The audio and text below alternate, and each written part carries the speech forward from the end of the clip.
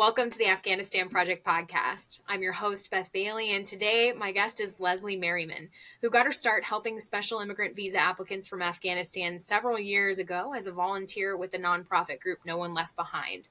Just a month after the August 2021 U.S. withdrawal from Afghanistan, Leslie recognized that our allies were being abandoned under serious risk in their homeland. She responded by coordinating food packages and providing other support directly to SIV applicants stuck in Afghanistan. And in the year following that, Leslie began sponsoring community health clinics to ensure that underserved ethnic minority populations in Afghanistan were getting adequate health care. Through those clinics, Leslie was introduced to a number of women and children who had been subjected to rape at the hands of the Taliban. And she responded to those horrifying incidents of assault by founding her own nonprofit organization, Our Culture is Giving, which explicitly helps victims get the physical and emotional care they need to recover from rape. Leslie, you were one of our first guests back in 2023. It's great to have you back to talk about what's been happening, but it sucks that we have to be here because we're going to deal with some really dark topics today. And I apologize to all of our guests, to all Afghans, that we have to be talking about this still today. But thank you for being here. Thank you. Thank you for the time, and thank you for continuing to shed a light on this incredibly dark corner of the world and something that gets not nearly enough news coverage. It's really frightening when you think of the scope of suffering going on there and how there's barely a news blip about it anywhere internationally. So I am deeply appreciative of your time. I know the toll that it takes on you to do this. So thank you. Oh my goodness. Well, I think that that's going to be one of our big topics of conversation today. And I know that you're feeling that toll too. It's really, I look at your social media feed and I see the people you're helping because you post their photos and it's just impossible to not feel terrible about what's going on. So to start with, why don't we go back to 2023 where we left off and kind of talk about what initiatives were working in that time frame? What were the biggest problems that the Afghans that you were helping were facing back at that time? Yeah, so perfect. So 2023 was actually a good year compared to now, which is very sad of a scale to measure against. But in 2023, we were able to do a lot of community clinics, and we were doing them throughout the country. And we were lucky because we were able to get, through connections, permits to go throughout the country with our doctors, and no other NGO was allowed to do that. So we were able to get into places of that country that had no visibility anywhere in the world. And those are all the ethnic strongholds. So Uzbek communities, Turkmen communities, Tajik communities. And we would run huge free community healthcare events, prioritizing women and children first, and elderly, and then men. And we would typically see about 1,000 people a day. And we would find out everything that was going on in that community, from mass arrests to raids to rapes to abductions to medical shortages, supplies. I mean, everything. It was really, apart from the humanitarian part, we also found that these clinics were incredible in terms of gathering information into communities that had no other camera on them. So over last year, we got tons of insight into what the Taliban was doing in these ethnic provinces, which span the entire northern region of the country for the most part. And that essentially boiled down to creative ways of committing genocide, which is, if they don't kill you directly, they find many other ways to kill you. And that was through forced displacement. So hundreds and thousands of families were evicted from their homes. This actually just happened recently as well. And I know the Norwegian government has been the only country, I believe, that's issued statements about this being a war crime. But the Taliban has forcibly evicted thousands of ethnic minorities from their homes all over the last year, 2 years. So we were able to really get a lot of great statements from families in terms of how that process went. We were also able to speak to people who had been in head of the regional hospital system in these provinces and learn about how the Taliban was not distributing medical supplies to these regions. And it's not that the Taliban doesn't have medication. They have warehouses of medication and supplies in Kabul and in other locations. They do not have a medication shortage. The issue is that there is a shortage of getting supplies to ethnic regions. And you can even see that in the recent earthquakes and floods that have happened, where the Taliban response has been virtually non-existent. And it's not because they don't have the money. It's not because they don't have the medications. It's not because they don't have temporary housing. It's because they don't care if these people live or die. They'd rather them die. So you can starve people, you can murder people, you can arrest people. You can also have them die through medical negligence and not having appropriate medication and supplies and equipment that is remotely sufficient for a population. And they have been doing that since the first month they got into power. So hospitals are bare. They don't have anything. Equipment is broken. Doctors sometimes get pay. Most of the time they don't. It is just utter mismanagement. And it's not because the Taliban can't manage it. It's because they choose not to. Because in other areas, the Taliban is incredibly well organized and very effective at managing things that they care about, like weapons and drugs and body and human trafficking. They're really great at managing that, but they don't care about ethnic minorities. And we've seen a huge change in that. And regarding the medical aspect, for women and children, it impacts prenatal care significantly, with the lack of availability that women have to get to hospitals, to have adequate care, to be able to buy medications, to get prescriptions for prenatal medications. We saw some defects, birth defects that were preventable last year. This year, it's off the charts. We're seeing so many birth-related defects that are related to folic acid deficiencies, something that is so easily and so cheaply remedied. And there's no desire. We had an imam in Parwan reach out to our team, and he told us within the last handful of months, 50 babies had died of starvation. And that's nowhere. No one knows this. So from 2023 to 2024, that has dramatically declined, and it's all intentional. That's horrifying news, and no one's reporting any of this. I know that you had recently shared a WHO report about something about women and children that the WHO had come out about. Am I remembering correctly? Yeah, so the WHO is interesting because they are trying to get insight into what is going on in Afghanistan and in the healthcare and in aid, but they also have extremely limited visibility. Mm-hmm. Just like the World Food Program, you can bring aid to Afghanistan, but you have no idea where anything goes. So you can bring all the food. It doesn't mean that the Taliban is going to distribute it. You can give them all the money. It doesn't mean that any penny goes to aid. And when we look at WHO reporting about birth defects and maternal mortality rates and child mortality rates at birth, you have to take that with a huge grain of salt because they're not able to see the vast majority of that country. The Taliban is not going to let them look at 2/3 of that country. So whatever numbers the WHO is putting out, I would easily multiply them by 4. Wow. And I'd love to add to that too, what we know about aid already. Even our government agencies are not being forthcoming to the Special Inspector General for Afghanistan Reconstruction, who's charged with keeping track of that data. And they just put out a new update that basically said that I can't even remember how many million of the billions that we had given. I'm going to put it in the show notes because I want to get it right. I don't want to say the wrong numbers, but basically the Taliban have siphoned off a huge quantity just in taxes because when we're giving them aid money, they're taxing it. So now that's going directly to Taliban senior leaders. And then we hear things like, when they get food aid, they're going to give it to their fighters before they're going to give it to the woman who's out of work and is a war widow. They're using the food as salary for their people.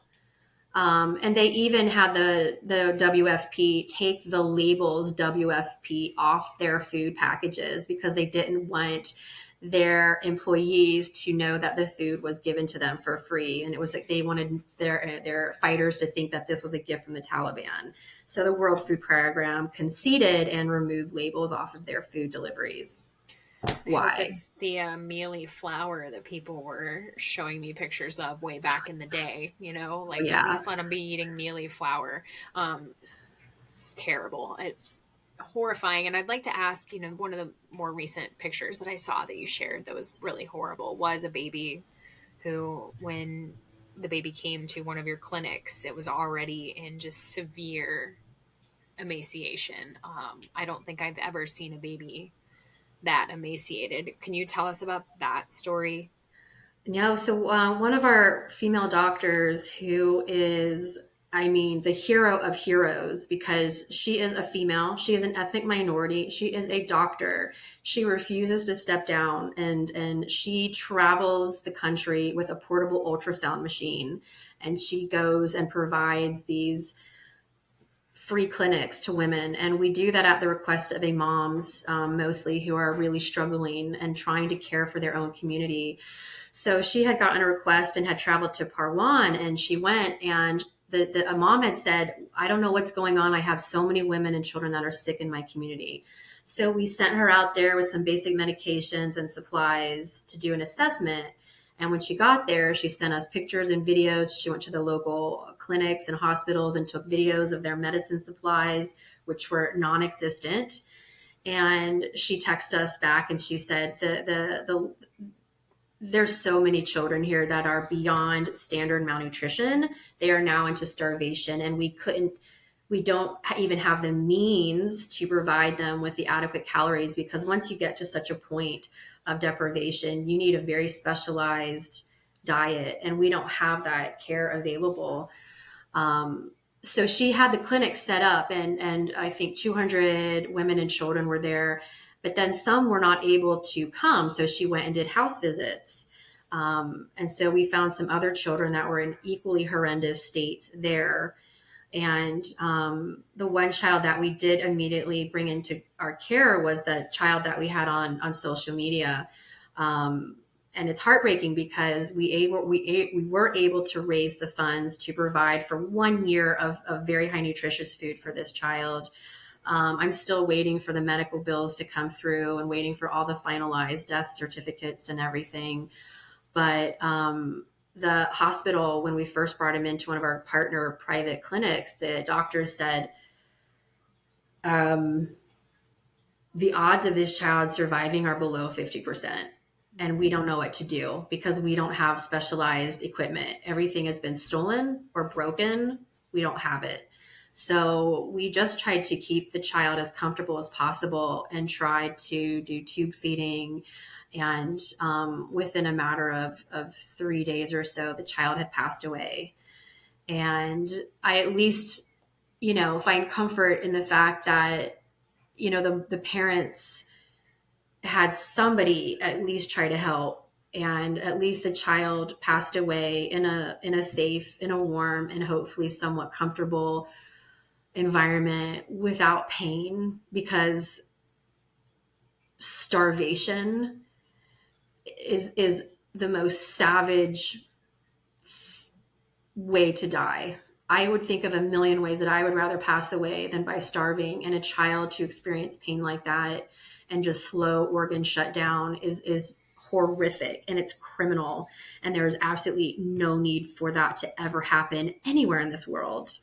But the sad part is also that the neighbor had a child, and I had the bad luck of having to pick what child we were going to provide care for because we couldn't provide it for everybody.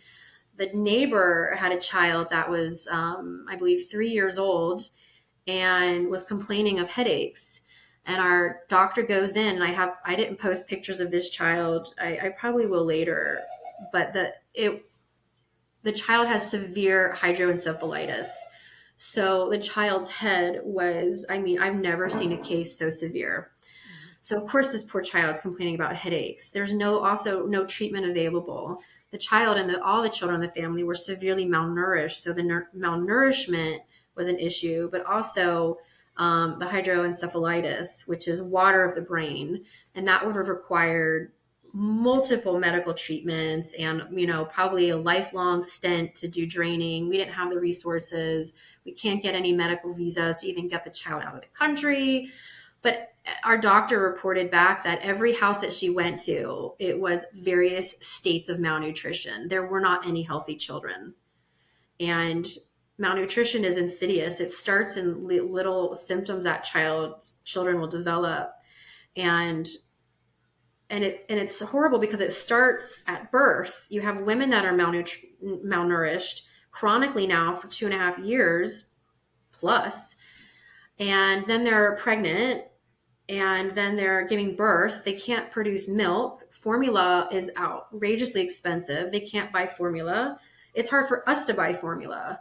And then the babies are born, and then they just slowly suffer this death, and then it just continues. And then the next year, she's probably pregnant again, and the next child is sick or has a folic acid deficiency. And we are seeing a lot of that because nobody can afford appropriate food. No one can get vitamins. Doctors don't have it. It's so inhumane. I don't even know the words. Every time I think that I have seen the worst, I'm forever surprised because we keep finding worse things, and all of them are preventable. The Taliban has a lot of food. They have a lot of medicine. They have a lot of doctors. They just don't let them work. And they're also just killing them all. So this is completely avoidable. And that's what also is frustrating, is that this didn't need to happen. That child did not need to wither away into tissue like skin and have organ failure and die. It makes me incredibly angry. I'm with you 100%. It's part of the reason that I wanted to have you on, because people need to hear these stories. And the more, even if it's just one more person who hears this from here, it's no one deserves any of this, and it is absolutely preventable. And I want to talk about the doctors. You have lost doctors because they believe in the cause, and what is happening with that with you guys? So I know we all probably remember, 2 years ago, the Taliban issued an amnesty. Oh, we're not going to target anyone who formerly had worked with the prior government and all that nonsense. And anyone who believed that, I'd love to know what antidepressant you're on, because it's absolutely insane that anyone could have believed that the Taliban would have issued amnesty to anyone, because they are cruel 100% of the time. In terms of doctors, it's a challenge because we have over 100 volunteer doctors in our network in all the provinces. So we're really very deeply rooted and connected. And that's why I'm very fortunate to have such a great team with eyes and ears everywhere. But, a week and a half ago, one of our doctors was killed. He had been arrested by the Taliban multiple times since the U.S. left Afghanistan. He had been a dentist, just a dentist, and he had worked at a U.S. base. So his job was keeping Afghans and Americans and Canadians and whoever else was at the base, keeping their teeth healthy, not anyone involved in politics. He just was a dentist. And over the 2 years, the Taliban would keep finding him. He's also an ethnic minority, and they would just harass him and arrest him and release him. And each time they would arrest him, they would just torture him. And there wasn't a purpose. They weren't asking for information because he was just a dentist. What are they going to ask about? I mean, they don't even brush their teeth. They don't even know what to do. They probably don't even know what a dentist is. So it's just like that their hatred toward people who do good things on this planet knows no end. So the last time he was arrested was a few weeks ago, and we had known that he was arrested, and we're just waiting for him to get released like prior. And then that day came and he was released, but he was released and he was dumped on his family's porch, and he was in a horrible state physically. And I did post pictures with permission from the family to post the pictures of him with some of the injuries that he did endure. And he survived about 2 days before he passed away from massive internal hemorrhaging from just severe beatings and torture. And it's horrifying. He leaves 5 children behind and a wife, and angers me because it's like, what can this wife do now? She can't go and continue her career. It's the impact of him being gone impacts our work. Yes, because he helped us facilitate the transportation and medical care for children who've been raped. He was a major part of our network. And so for us, it's a major loss. But for his family, that's going to change their trajectory until the Taliban is gone, because these children, they don't have any means to survive. The wife doesn't have any means to survive. But they murdered him, even though they delivered him to the house and he was alive at the moment they delivered him. They killed him by torture. And over the last year and a half, 10 of our doctors have been killed. 10, 2 women, 8 men. And for the one reason of being doctors, the second reason of being ethnic minorities. For the women, they were killed because they were women doctors and they were ethnic minorities. For the men, we don't exactly know why all of them were arrested. Sometimes they weren't even arrested. One of our women doctors, she opened up the door and the Taliban shot her in the head in front of her family. Oh. We don't know why. We have no idea why. It is nonstop terror. And it's unsettling because on an international scale, I don't know, I think because it's not being discussed openly, it's not being documented openly, that now it's like 2.5 years have gone by and people are now starting to reach out to the Taliban and develop relationships. But they are the exact same monsters that they've always been, and they're never going to change that. And to walk up to a woman who's a doctor who cares for women and to just shoot them in the head, how do you explain that? And it's not like she was one. There are thousands of doctors who have been arrested, who have been killed, who are missing. And like right now, my latest info from one of our sources in the MOI was that the Taliban is holding 25,000 women and children that are Tajik, Uzbek, Hazara, Turkmen, and then some Pashtun from the northern borders that are mixed. So it's 25,000, and that was some months ago. So I'm going to say it's a lot more than that. And most of them are professionals, women who had really great jobs, women who the Taliban are scared of because they're scared of women that are competent. They're scared of women that are intelligent, and they're very scared of women that are educated. So that jail is full of like the best and the brightest, unfortunately. And the numbers for the men are far, far higher. And those are also professionals, engineers, people that they actually need, but they can't see past their own bigotry. Where are they keeping these people? Like a single place or in multiple? Oh, they're in multiple okay. prisons.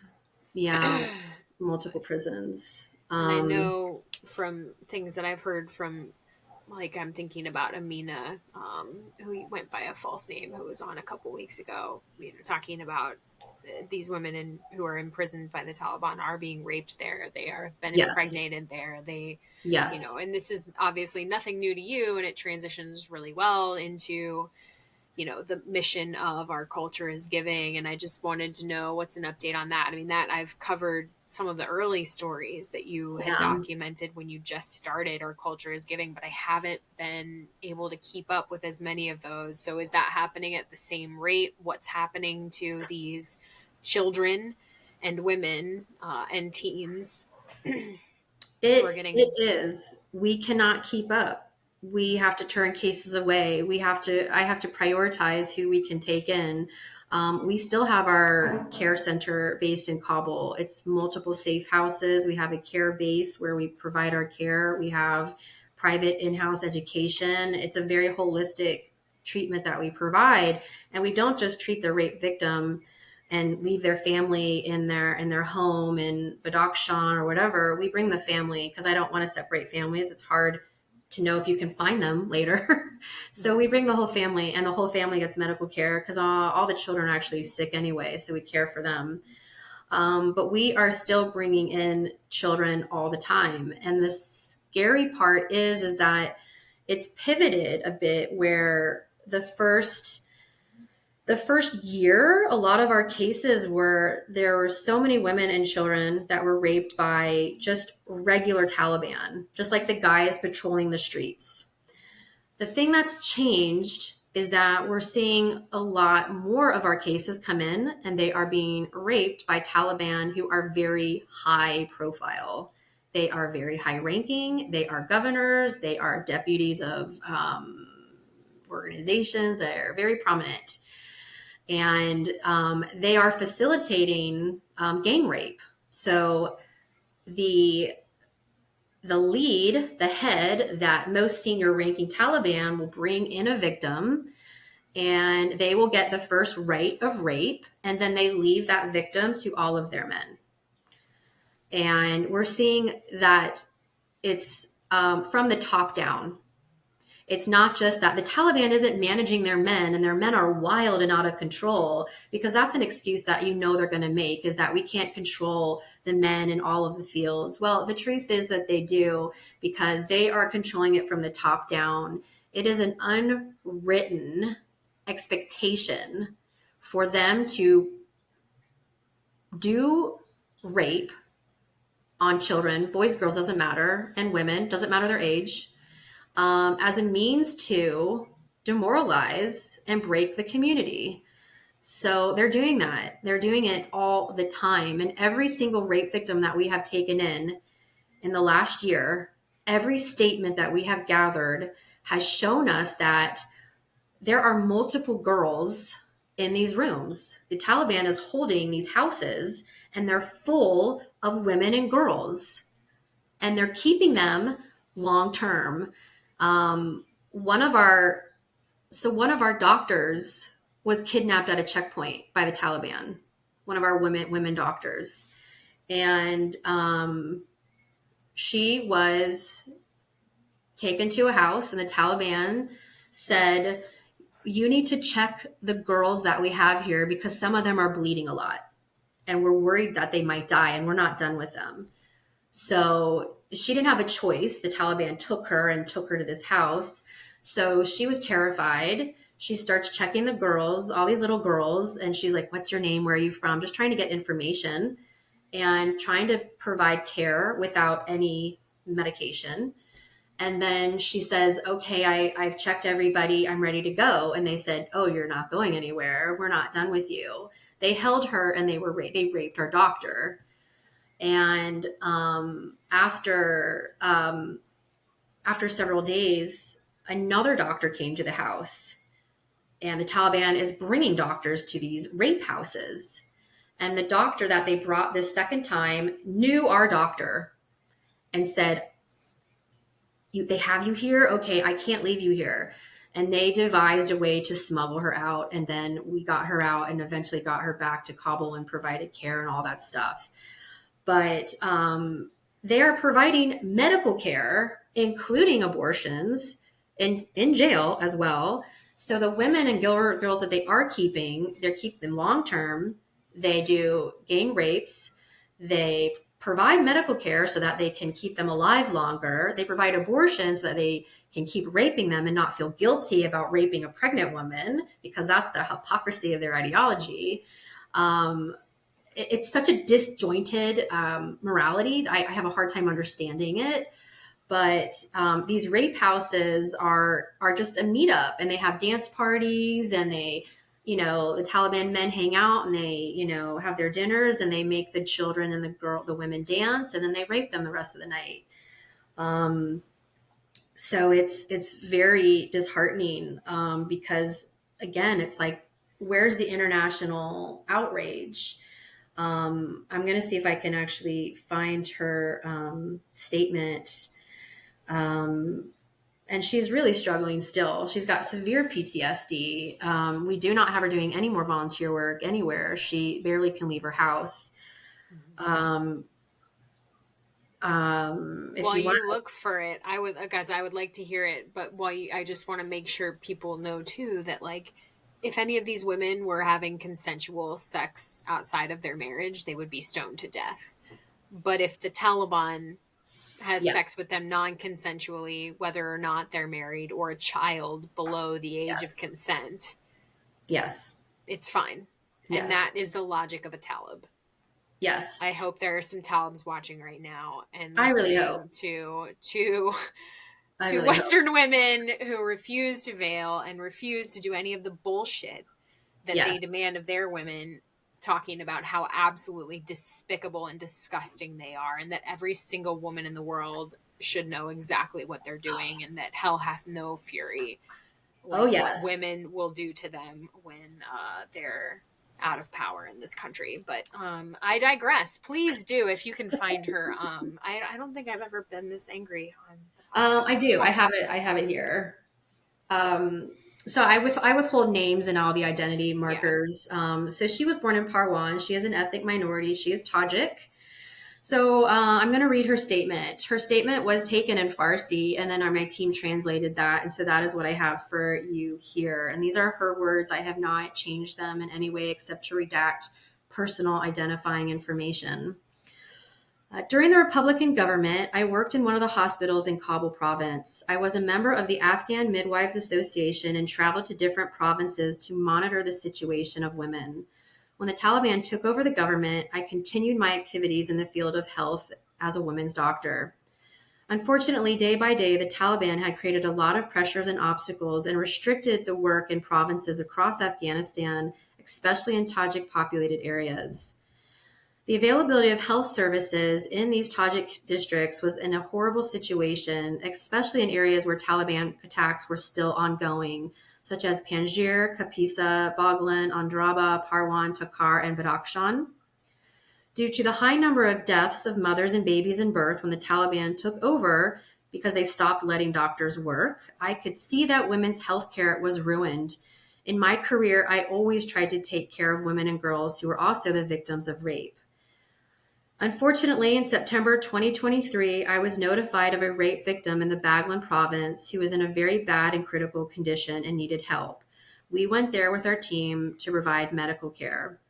I did preliminary baseline tests to assess her condition and if we were able to transport her safely to Kabul for intensive care. When I was there to check on her, I went across the village to assess other women in her community. I then made my way back to Kabul, and along the way, we encountered a Taliban checkpoint in the Bagram district of Parwan. The armed Taliban told me that I should go with him to the Department of Health in Parwan. He said he will take me, and I did not have a choice. He started to take me with him to the Public Health Department of Parwan, but along the way, he turned off the main road, and I shouted to him, "Where are you going?" because I knew where the location actually was. Another Taliban was sitting in the back seat of the car, which was a U.S. Ranger that the U.S. military had left behind. That's my little side note. He was sitting next to me. He put his hand over my mouth and used a handkerchief and covered my head with a black sack. Eventually, they took me out of the car, and I saw a large house with 3 floors. Inside, there were several women in that house, and I could see it was clear that they were raped. The women and girls looked at me with eyes full of tears. One of the Taliban said to the women, "Don't worry, we've brought you a doctor who will treat you." I spent 1 week treating these women. I treated 20 victims. Their age ranged from young teenagers to 30 years of age. And they were from different provinces of Afghanistan. So my little caveat is showing that they're clearly trafficking women across the country. 11 of the women were Tajik, 4 were Uzbek, and 5 were Turkmen. They took my phone from me during this time, so I wasn't able to contact anyone. When I completed the treatment of these women, I told the Taliban that was in charge that I was done with the work and I wanted to return home. He told me that the work was not done. On the 7th day, the senior Taliban officer came in and asked me to marry him. I said, "No, please let me go." He said, "If I marry him, he will give me a good life, a home, money, a car. We could travel to Dubai, the Arab Emirates, Pakistan, and go on vacations to Iran for fun." I told him, "Please leave me alone." On the 8th day, he raped me and then told his men to rape me in turn. I was in that house with these women and girls. We were held in one room, and the Taliban came every single day and took women and girls away from the room and raped them.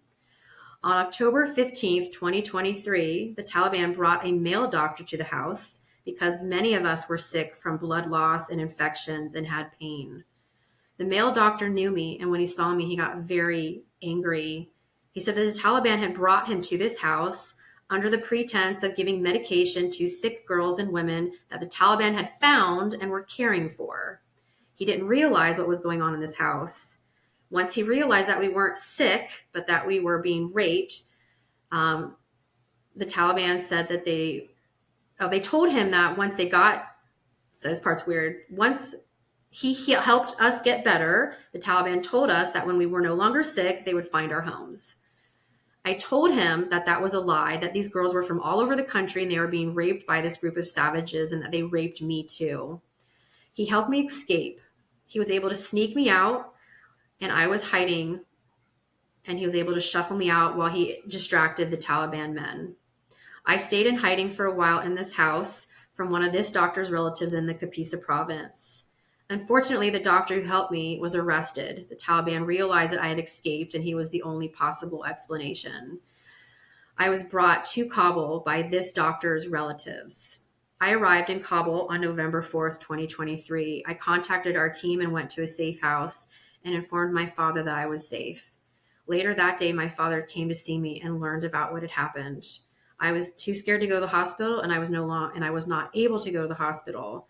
I was scared to get medical care from anyone. She was heavily traumatized. She could not even have our trusted doctors provide an exam to her.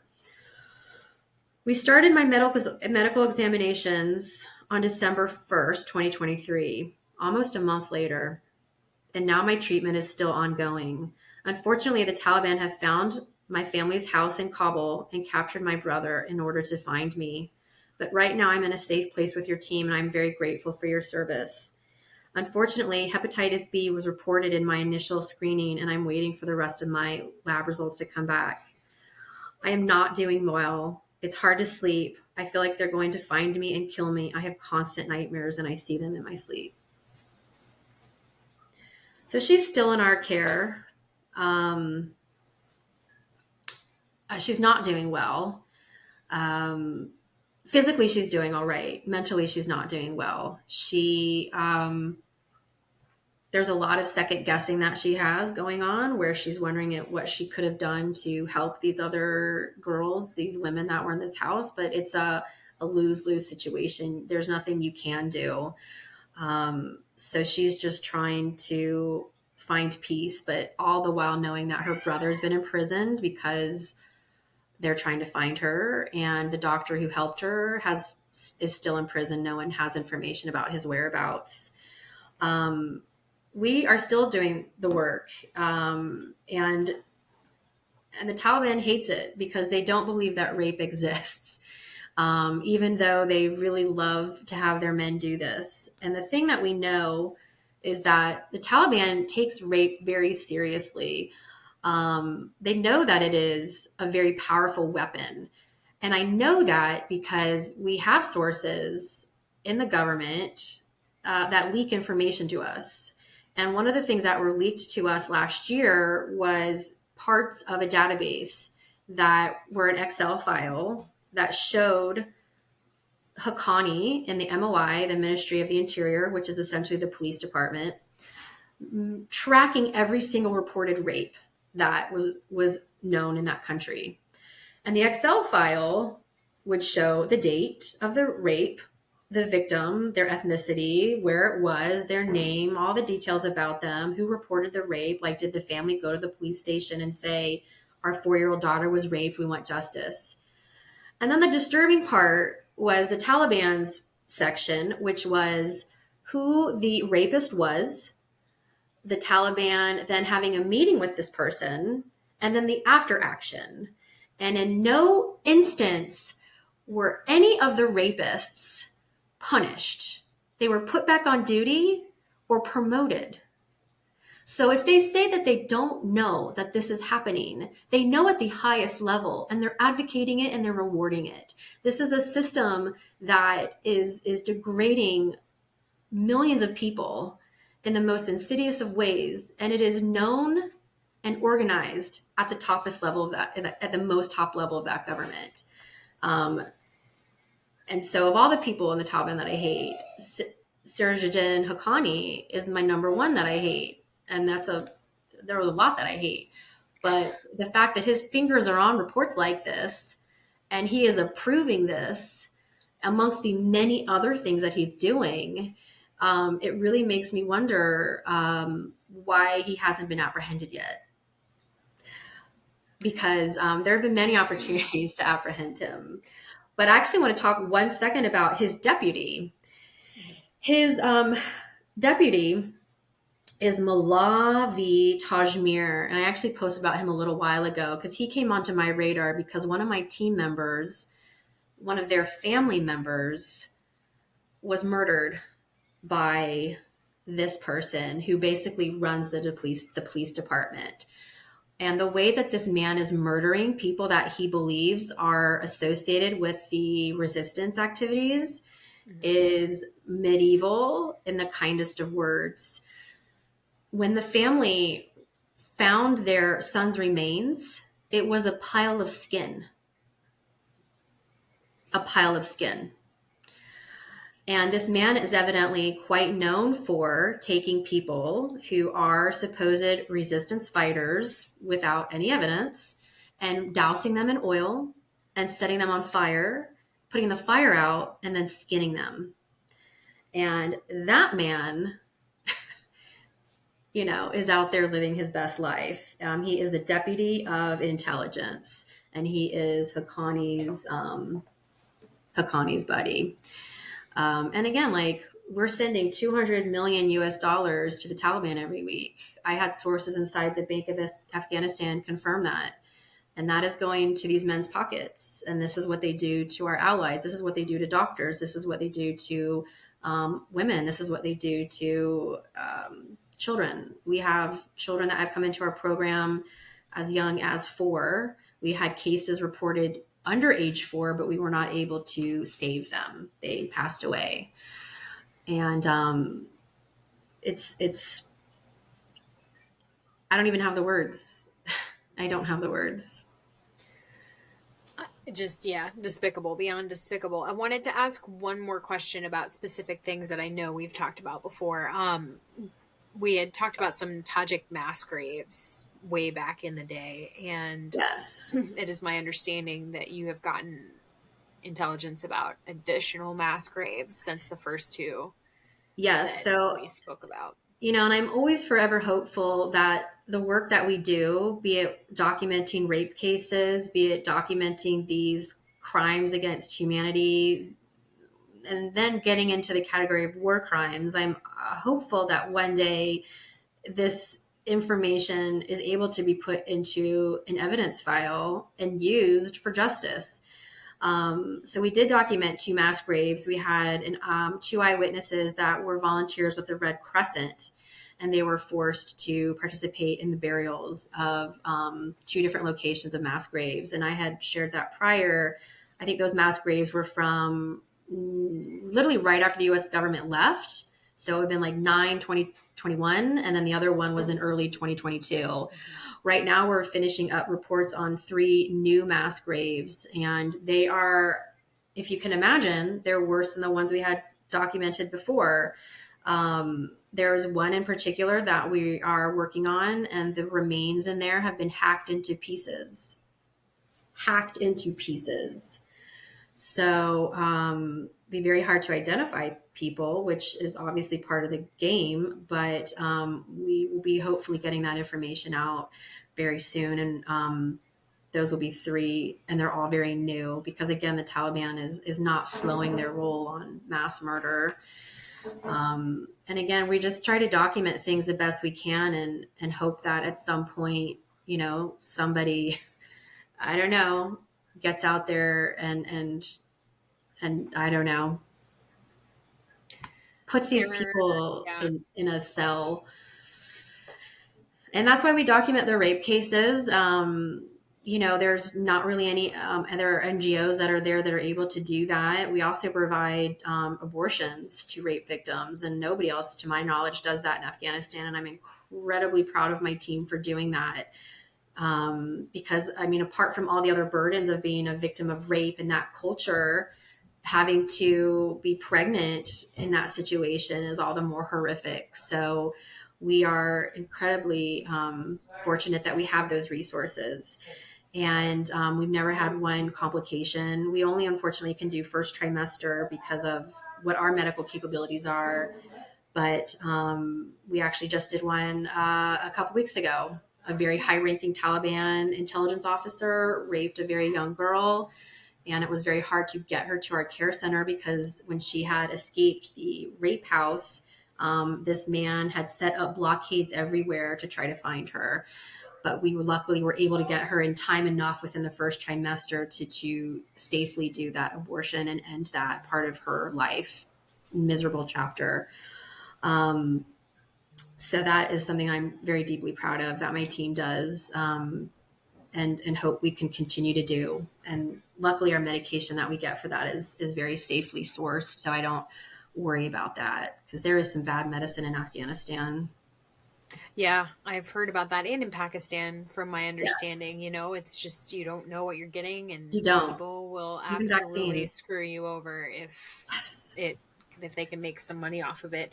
I'm Yes. glad that you can do that. I've, in the day before, back in college, I did a lot of reading about, Yugoslavia, former Yugoslavia, and the war crimes that were committed there and the rapes, because the act of rape itself is obviously, and it's something that's used all over the place. This is not a unique situation to Afghanistan. It's been used in Russia and Ukraine. It's been used anywhere. But everywhere. The important thing is that when you have an ethnic situation, it just makes it that much more of a tool, because now they're carrying your child, and in their mind, that child bears their ethnicity. Yes.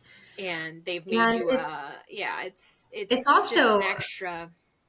Oh yeah. It's also intimidation. We had one man who was a former Afghan police officer. He settled in his hometown, way outside of Kabul, and he purchased some land because he wanted to start, having a farm. Very normal life, right? He made this purchase of land, and the local Taliban authorities came to him and said, why did you buy this land? We didn't sign off on you buying this land. And he said, well, I bought the land from so-and-so. I have it here. This is my property.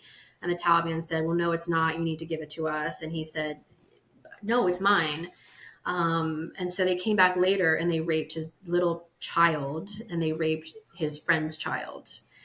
Another one of our families that we brought into care, the Taliban had wanted to marry one of this family's 12-year-old girls. And the family said, no, she's too young. And then the Taliban came back later that week, took their other daughter and held her and raped her and said, you need to give us your other daughter or we're just going to keep doing this. And we have both of them in our safe house along with the rest of their family. So it's used in so many ways to break, to demoralize, to impregnate, to outbreed, to threaten, to it's powerful, and they do it, and it continues to be done throughout time because it's effective. It really disables you as a family unit and as a community when you have active pedophile rapists that go around and have free reign, and that's what it is. They have free reign and you are powerless. Yep. And what do you do about that? So what we do is the cases, even if we can't take them into care, either logistically or they're too fragile, is we try to triage their care in their region, and that is difficult because medical supplies are a challenge. But we do document all the cases that we find. So we do take their statements as best we can. And often we know who the rapists are. So I always document that. And we keep the labs. When we do labs, I keep all the labs. So we see, that a 3-year-old has this STD, and a 3-year-old should not have this STD. So how did that happen? And our doctors make really great notes when they do physical exams, because we're trying to capture that forensics information as best we can in a place where, let's say the ICC decides to go and do an investigation. And actually, last year or so, the ICC did get a preliminary, they actually got approval to start investigations. And then it just becomes a question of, well, what is that scope of the investigation? And that's for them to figure out, what is the time frame, what is the scope, what is going to, because you've got decades of potential war crimes that you can investigate in Afghanistan. So they have to figure that part out. But if they ever get into the point where they're looking at these gender-based crimes, then I hope that day comes, because I'm tracking it and we're documenting it as best we can, because they can't have investigators go there, and they're not even allowed to come to the U.S. So if you are an ICC investigator, you can't even come here to the United States to question somebody. So they sure can't get into Afghanistan to investigate. So anyone who does research like this, at any point in time, they're going to have obstacles, because it's hard to access the victims. So one day, same with the mass graves, I hope that, the UN, wherever it goes, I'd hope that some international body with some power is able to use the information in some way to have at least one of these monsters just hang them by a rope, man. I have no humanity for them. That's the only goal that I have. And meanwhile, we just continue to care for the people that we can care for that don't have any option. And we just keep plugging away. Yeah, my team is amazing. Clearly.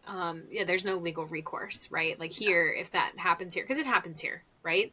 You can at least go to the police. You can at least take it to court. You can't do any of those things there. And even if you are, like, the Taliban rolls you up, they don't have to give you an answer. They don't tell people why they're in jail. They don't tell them how long they're going to be in jail or what their sentence is. It's like, you're here. No. And if you report, and if you go to the local government who you would have gone to for help, and said, one of your guys came to my house and assaulted my child, then what happens is 90% of the time you're going to be arrested. The rest of your family is going to be raped. Your husband can be imprisoned. There is no way to get justice, because the police are the rapists. They're the ones doing it. So you can't go to them for help. Where do you go? Nowhere. There's nowhere.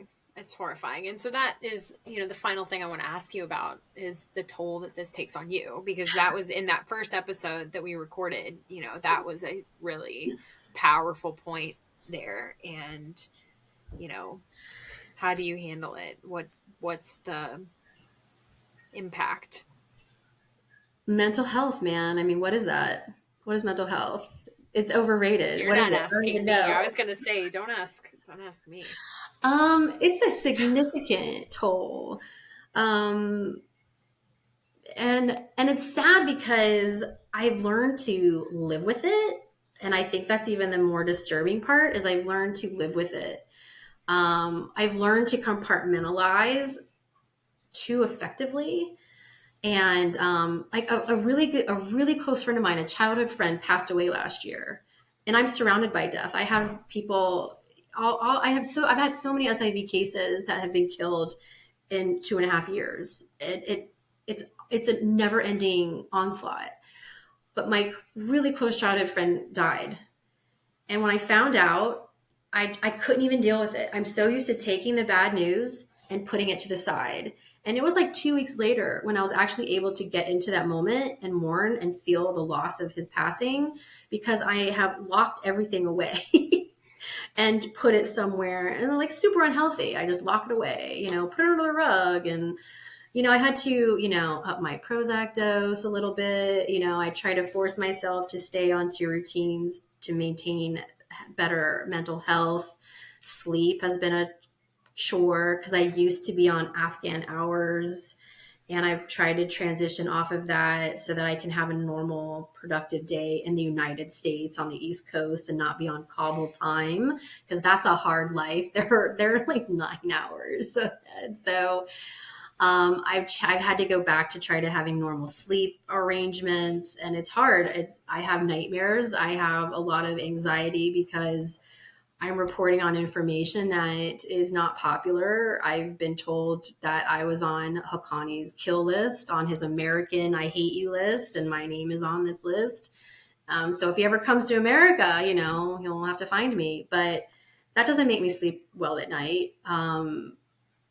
I have a lot of anxiety. We had an Amazon driver drop off a package here a little while ago, and he looked sort of vaguely Afghan, and he was outside my house for like 30 minutes, just like looking around. And I was like freaking out in the house because I was like, oh my God, this person's like casing my house. And he was on the phone and he's calling somebody. And I was like, oh my God, they're going to put a bomb under my car. This is the end. I would have crapped my pants because I have that exact fear like all the time. So yeah. I was. And then all what it was he didn't know the garage code to put a package inside. But I was in the house on the verge of a freaking stroke because I thought, this is it. This is it. This is it. This is it. My time is up.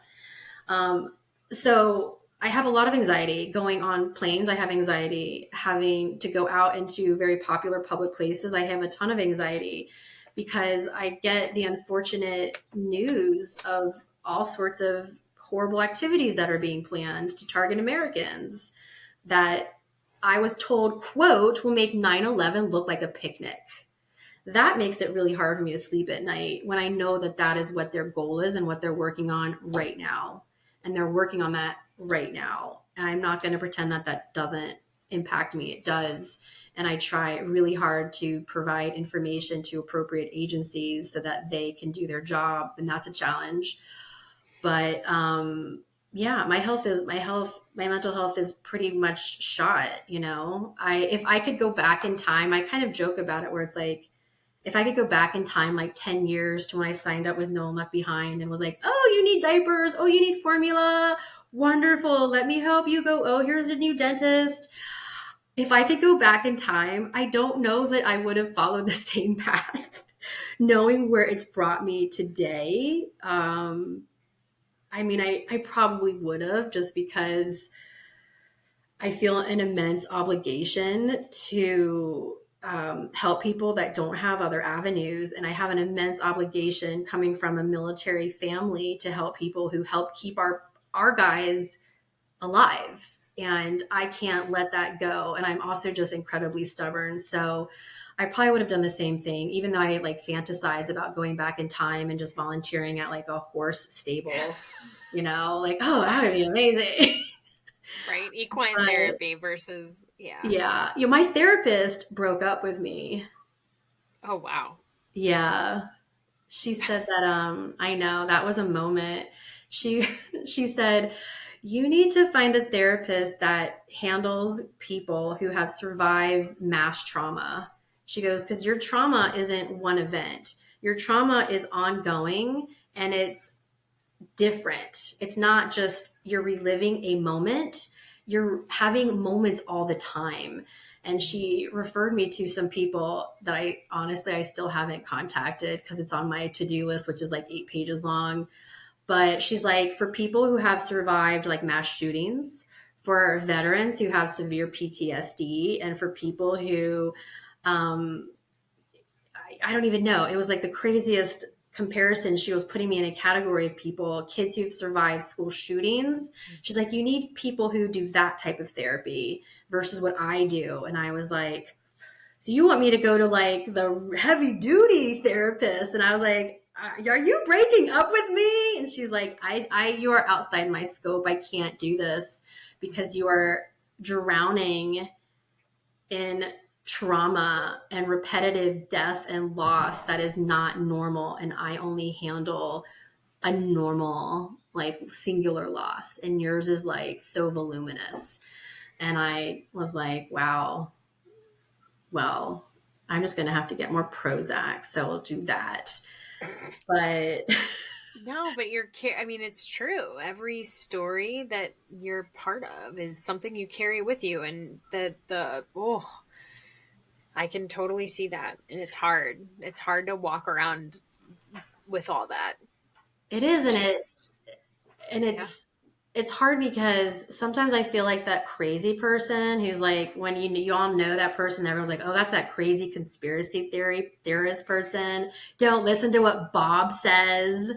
Sometimes I feel like I'm becoming that person because I have information that is so horrifying, but I also know it's 99.9% accurate. And I like call my mom and I'm like, Mom, if you're going to travel, don't travel during this month. You need to do this, this, and this. You need to stockpile that. You need to do this. If you want to come visit for the holidays, you can't travel on these dates. And she's like, why? And I'm like, just trust me. And she's like, okay. But I will tell that to friends of mine. And luckily, most of my friends know this part of my life. So they've understood it. But for a good year and a half, I felt like I was literally the crazy person in town that was, don't talk to Bob. Bob has lost his mind. Bob believes that we never went to the moon. I felt like that was me because I would, just like you get information that is also not appropriate for one person. The information I get should be going to an agency of 50 people, and it Yeah. comes to me. And I don't have 50 analysts. It's me. This is the database. I don't write stuff down. It's in here. I'm paranoid about writing stuff down. I should, but I don't have a team, and I've tried to have a team. I've tried to dump information to federal agencies, and that actually makes my mental health worse because it's a whole other level of bureaucracy and incompetence and um, unfamiliarity with Afghanistan. Like when I talk to people that are the heads of a task force about Afghanistan, and I have to tell them who certain people are that are Taliban leaders, they're like, who's that? I'm like, you don't know who that is. And what's your job title? And you're paid and I'm not. I've lost some faith in that system. So I think that's a big part of the mental health part too, is haven't, I don't ever think that I was an idealistic person. And I was always very skeptical of the government and politicians, but my skepticism now is so thick that it's hard for me to even engage in politics because I feel like they're all so perverse and corrupt, and there's no value of life and the moral compass that we should have. It has evaporated, and I don't know what to do with that. And that's what actually eats me away most, is that I assume that people want to stop bad things from happening. And when you find out that they don't always want to stop bad things from happening and bad people from doing bad things, it starts to kind of mess with you because it's illogical. And I still, 2.5 years deep into this pile of poo, I still can't fully accept that nobody wants certain intel that I have that could save lives. That would save lives if they actually reported it to places that were going to have attacks happen. So I don't know that I'll ever make peace with that. That's what keeps me awake at night.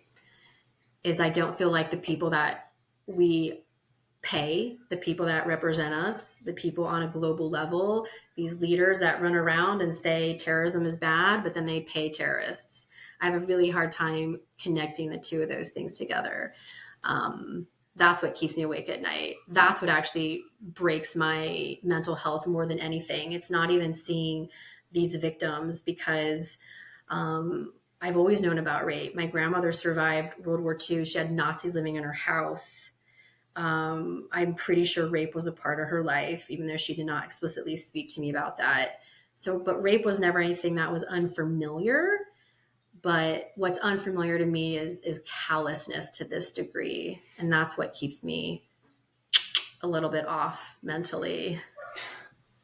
It's hard. It's really hard to hear all these things and to feel like, oh, well, I know about Yeah, 36 people who care. I don't know how many people have been on the podcast now. We're up to I like 50 know. some, It's a right? So super like small 50 some people group. care. Yeah, And no, we're a lot of also like damaged, but I that, think there's growth in it too. That's the one thing that I love yeah, seeing is like nobody that I know has been hurt so badly that they're like, I can't, I, I'm done. It's like, yeah, okay, we know when we need to take a step back, right? Like yeah, that's important. But I feel like it's a yeah, purpose too. I mean, you couldn't think about that. Like what you've done, if nobody else did it, where would it be when the time came and it was needed? And it will be needed and it's coming. And these asshats who have gotten away with so much, their time is coming. Their time is coming I and hope so. you will have all those things in hand.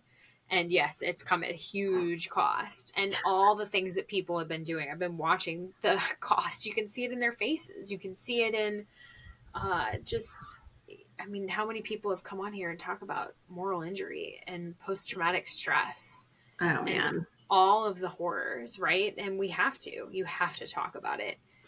Yeah. But it's important, the I things was that we've much done. I was much better the first year in a way where I was more engaged with the community, um, and just that support network that was developed. So initially I was with Task Force Pineapple, and then that became Operico and whatever. All these names changed, and my brain's too tired to remember all the name changes. And then I was with North Star, and it was just a really great unit of people because we all were supportive in providing that mental health, buddy check on each other. And then I think as the reality set in that this was not a sprint, that this is a long haul that we're going to be in. And a lot of people realized the long haul and they said, well, I'm going to check out. I can't do this. I have other things to do. And I get that. And the people who have checked out, and I've known a lot of them that checked out, I actually really respect them for being able to create that boundary. And I know plenty of people that I wish would check out because I'm like, you're really hurting yourself. I don't know when I will tap out. I just keep pivoting what I focus on. And I think that's what also keeps me sane because I I also feel very connected to helping the women and children because I think to, my own family and things that my family survived through World War II. It wasn't that long ago, our generation, our grandparents, right? And I just think, if somebody like me or somebody was like Task Force Pineapple or whatever it was during, World War II could have saved this person in my grandma's family. They could have done this. They could have done that. I always wanted to be the help that she didn't get or that she would have needed or people in her family would have needed. And so everything that I do is actually in honor of her because even though she survived the war, she survived it physically. There were a lot of wounds that came out of it though. And if I could have gone back in time to provide a Band-Aid for her, whether it was food because she was hungry, whether it was shelter because she was cold, whether it was medicine because she was sick, there's nothing better than that. And to me, it's just paying it forward for whoever it was along the way that helped my grandmother's family survive because people had to help. Nobody survives on their own. You need help. And Americans are so profoundly lucky that we are so powerful and so wealthy for right now and safe for right now. But the day is going to come and we're going to wish that people cared about us. And we're going to wish that people would do fundraisers to help us. We're going to wish that the news would tell our stories because the blackout is what also crushes people. All these girls that don't go to school, whenever I see interviews with them, I always make the time to listen because they're the only voice that matters. I don't care about what Taylor Swift is doing on whatever tour and her boyfriend and the Super Bowl. I don't give two shits. She means nothing in the universe. That girl who did an interview, like I saw one actually just before I came on this call, it was posted from Too Young to Wed on Instagram. They had an interview with a young girl. She was talking about when the schools closed down. That girl should have more air coverage than Taylor Swift. And our priorities are just so skewed with what value we have toward people. So I don't know when I'll tap out. Maybe never. But I hope never, honestly, because I hope Afghanistan gets their day. I hope that somebody somewhere starts to support the right fighters. I wish that $200 million a week to the Taliban went to the NRF or something equal, so that people could actually have a future there. And if that day comes, then we will pivot our work to other places, because my team members are all over the world at this point. And hopefully the day comes where I don't have to do any of this, and my team doesn't have to do it. And I don't have to have doctors die.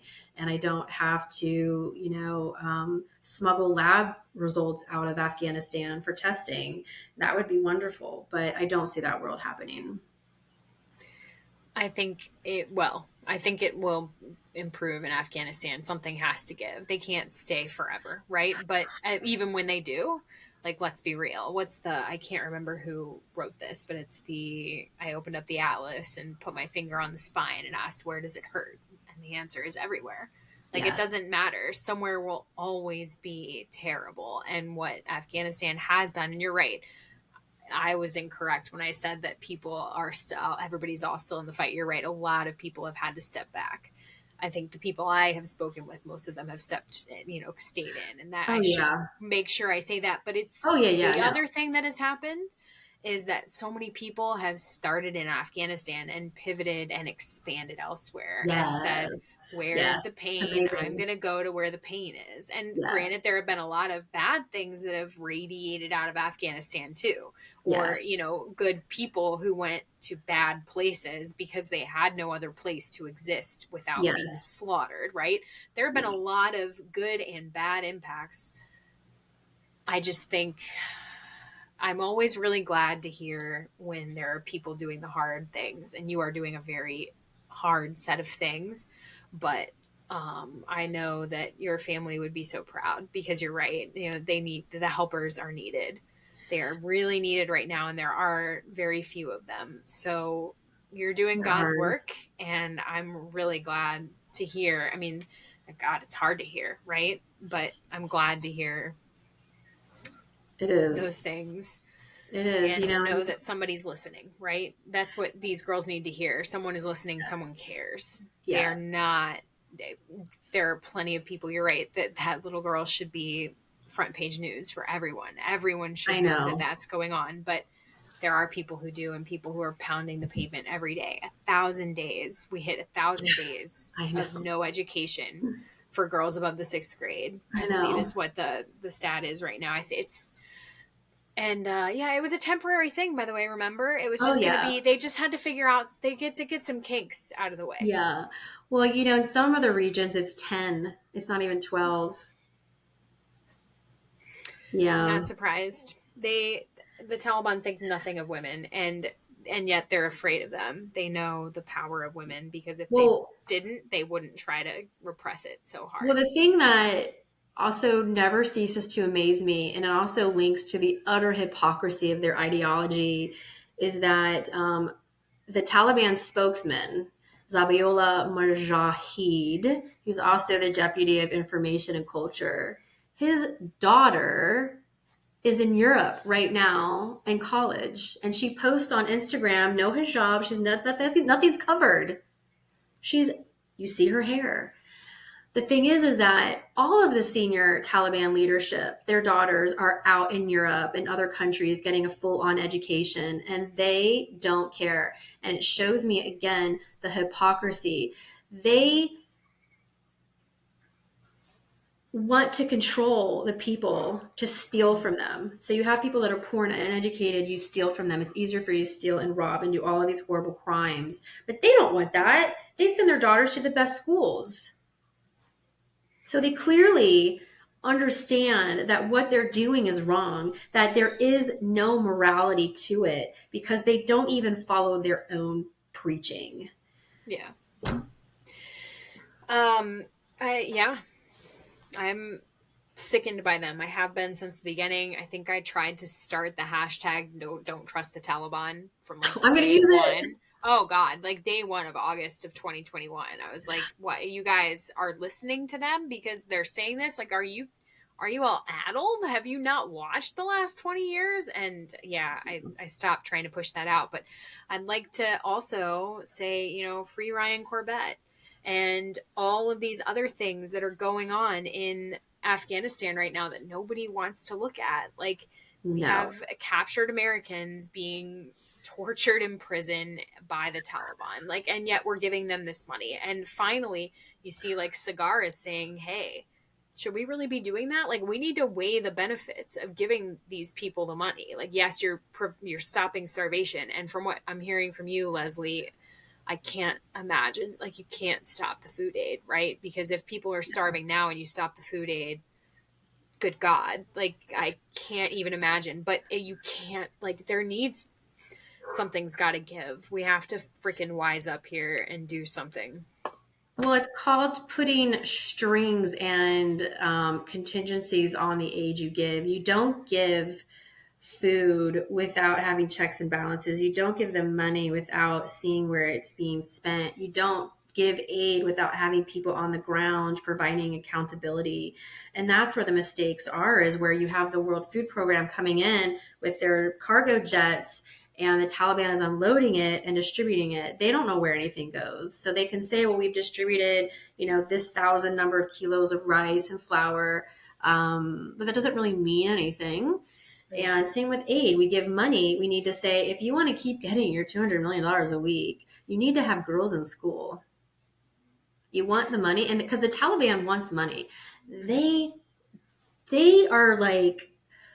like a $5 hooker on a street corner. They will do anything to get a buck. They will sell weapons, they sell drugs, they sell body parts, they sell whatever. They are in it for money. So if you dangle money in front of them and say, you can get this money, but you need to have girls go to school, they would get the girls in school. But we're not putting strings on the gifts that we're giving them. And so we don't have any leverage. And they know that. Just give them the money, and they take it and they fund Al-Qaeda. That's what they do with the money. They have huge feasts. They all are overweight. If you see pictures of them, they're all overweight. They're the only overweight people in that entire country. And then Haqqani, who gets a huge chunk of that U.S. check, he funnels it right to his brothers in Al-Qaeda. And they build really nice training camps. That's what they just did. So we're building the Al-Qaeda training camp. Our taxpayer dollars. Yeah, that the senior Al-Qaeda leader is saying, hey, send your people. Afghanistan has the perfect government. The perfect government. I love it when these assholes get on Twitter and they're like, it's great for women. And I'm like, oh, yeah? I've talked to the women, you idiot. Yeah. Like, please. No. I live for it. Although I don't, because that's what these women face. And you just. Oh, yeah.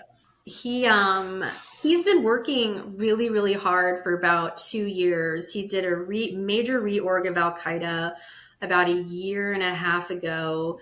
And they have been getting a lot of money. They are very, very well funded. They actually just started groundbreaking on a new training center in Panjshir.